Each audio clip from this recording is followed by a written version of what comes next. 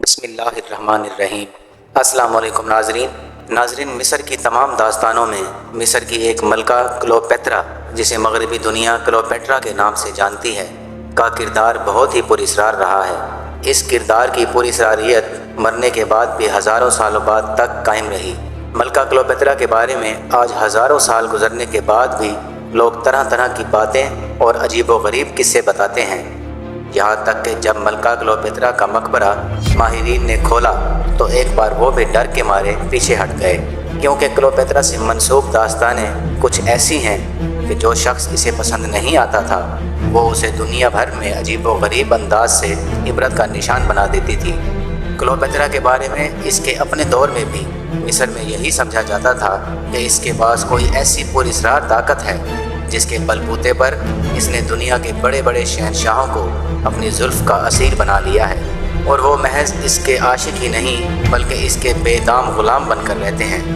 کلوپیٹرا نے اپنے دور میں مصر کے سابق شاہی خاندان کو بھی شدید ظلم و ستم کا شکار بنایا تھا۔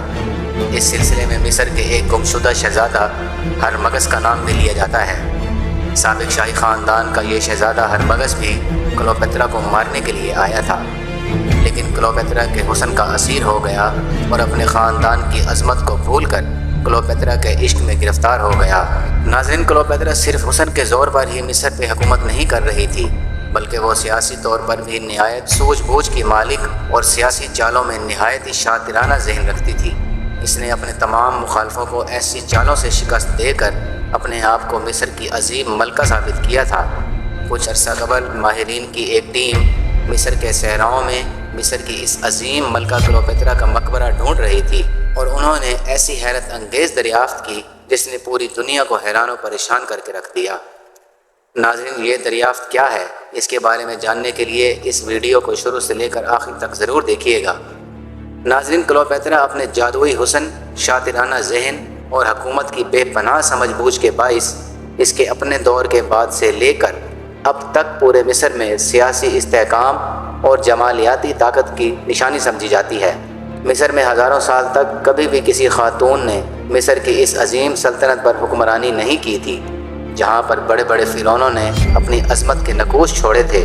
کلوپیٹرا نے اپنے شاطرانہ ذہن اور سیاسی سوجھ بوجھ کے باعث اس روایت کو درم برہم کر دیا اور ایک لمبے عرصے تک مصر پر بڑی شان و شوکت سے حکومت کی۔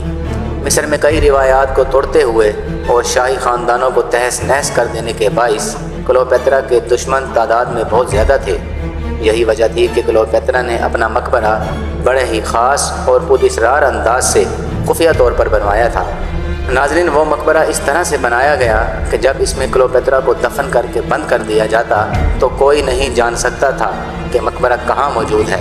اس کی وجہ یہی تھی کہ کہیں کلوپیٹرا کے مخالفین کو اس کے مقبرے کی نشانی مل گئی تو وہ اس کی لاش کی بے حرمتی سے باز نہیں آئیں گے، کیونکہ کلوپیٹرا نے بھی ان لوگوں کے خاندانوں پر بڑی سفاکی کے ساتھ ظلم کیا تھا۔ اصل کلوپیٹرا صرف حسین ہی نہیں بلکہ ایک ظالم ملکہ بھی تھی، البتہ ظلم کے ساتھ ساتھ اس میں عقل و شعور اور سمجھ بوجھ بھی بے حد پائی جاتی تھی۔ یہی وجہ ہے کہ دیگر فرعونوں کے اہرام اور ان کے مقبروں کو کھولا گیا تو وہاں سے دوسرے فرعونوں کے اہرام کے بارے میں بھی کئی معلومات ملی، لیکن کسی بھی دریافت شدہ حرم میں کلوپیٹرا کے بارے میں کوئی معلومات نہیں تھی کہ اسے کہاں دفن کیا گیا ہے۔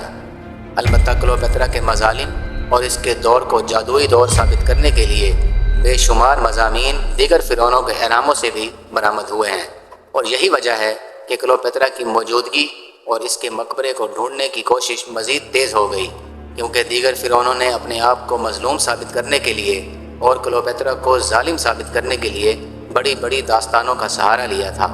لیکن جب ماہرین آخرکار ایک مقبرے کے نزدیک پہنچے، انہیں تب بھی یقین نہیں تھا کہ یہ کلوپیٹرا کا مقبرہ ہے۔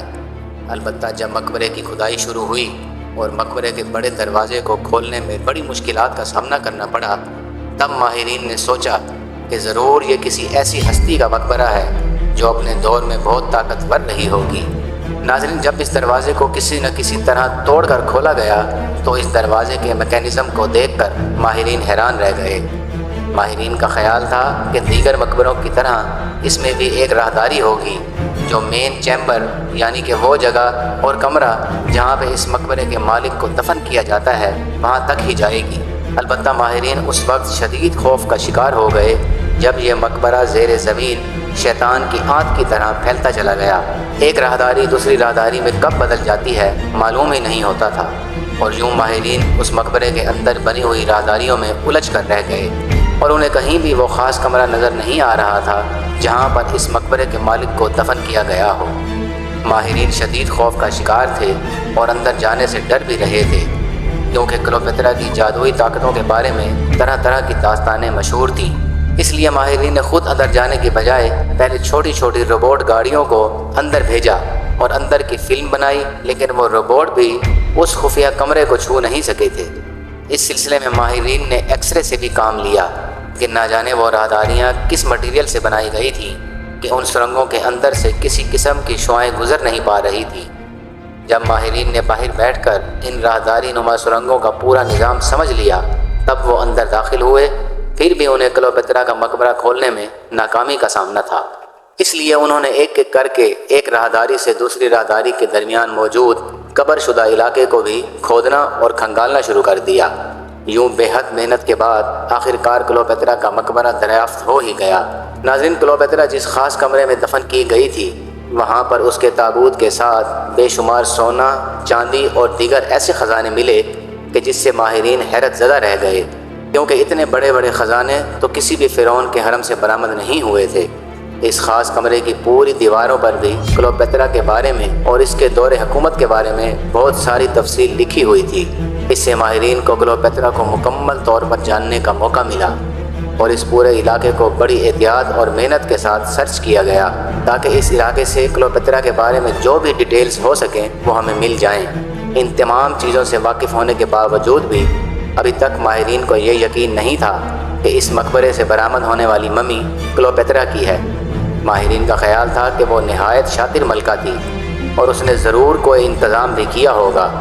البتہ جب اس ممی کا DNA ٹیسٹ کیا گیا اور وہاں پر ملنے والی دیگر چیزوں کے ساتھ وہاں موجود قدیم کتابوں کو بھی سامنے رکھا گیا تو معلوم ہوا کہ یہ ممی واقعی کلوپیترا کی ہے۔